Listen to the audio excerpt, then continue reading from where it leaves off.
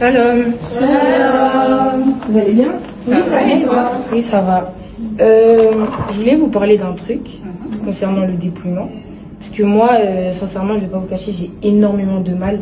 Surtout que vous savez qu'on est en temps d'hiver. Et c'est super compliqué pour moi, vraiment. J'arrive pas à totalement mettre des jupes à chaque fois, que ce soit en hiver, en été, en printemps. J'y arrive pas. Du coup, j'aimerais vraiment que vous puissiez m'aider. Enfin, me donner conseil si possible pour m'aider en fait à être dépouillée. Surtout que j'ai des amis. J'aimerais vraiment beaucoup qu'elles viennent à l'église. Mais si moi-même je suis pas dépouillée, enfin, comment je vais faire?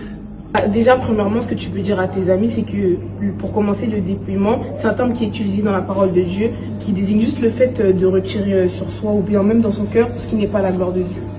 Concernant le dépouillement pour les femmes, il est dit dans 1 Timothée 2, verset 9, « Je veux aussi que les femmes, vertues d'une manière décente, avec pudeur et modestie, ne se parent ni de tresses, ni d'or, ni de perles, ni d'habits somptueux. » Voilà, donc, nous sommes censés nous habiller de façon pudique et décente.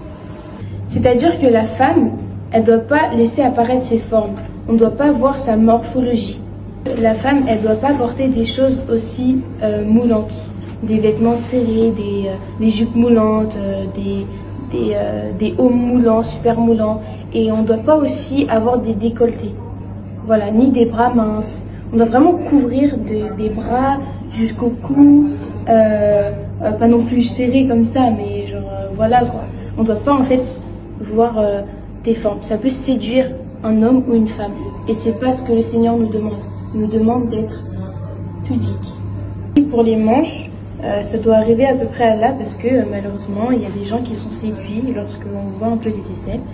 Et aussi, ça doit, pour le bas, ça doit arriver à peu près jusqu'aux chevilles parce que malheureusement aussi, il y a des hommes qui sont séduits par des mollets. Il est important de savoir qu'une femme ne portera pas de vêtements d'homme, car il est écrit dans Deutéronome 22, verset 5, « Une femme ne portera point un habillement d'homme, et un homme ne mettra point des vêtements de femme, car quiconque fait ces choses est en abomination à l'Éternel ton Dieu. » Donc effectivement, la femme ne doit pas porter d'habits d'homme. Donc elle n'a pas à porter les pantalons, les leggings, parce que en fait les pantalons, le Seigneur a fait faire cela pour les hommes. Et il n'existe pas de pantalon pour les femmes.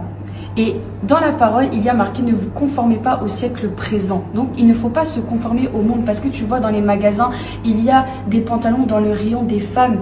Non. Le pantalon, ça reste pour l'homme, et la femme, elle doit s'habiller selon la parole de Dieu pour plaire à Dieu. Ce sont des belles robes, des belles jupes. Voilà. En plus, tout vêtement dont la séparation entre les jambes a été fait pour les hommes. Comme il est dit dans Exode chapitre 28 au verset 42, je ne vais pas le lire, non, les caleçons de lin a été fait pour les sacrificateurs. Et sachant que les sacrificateurs, ce sont des hommes. J'espère que la vidéo vous aura plu. Si vous avez des choses à dire, n'hésitez pas à l'écrire en commentaire ou à nous envoyer un message.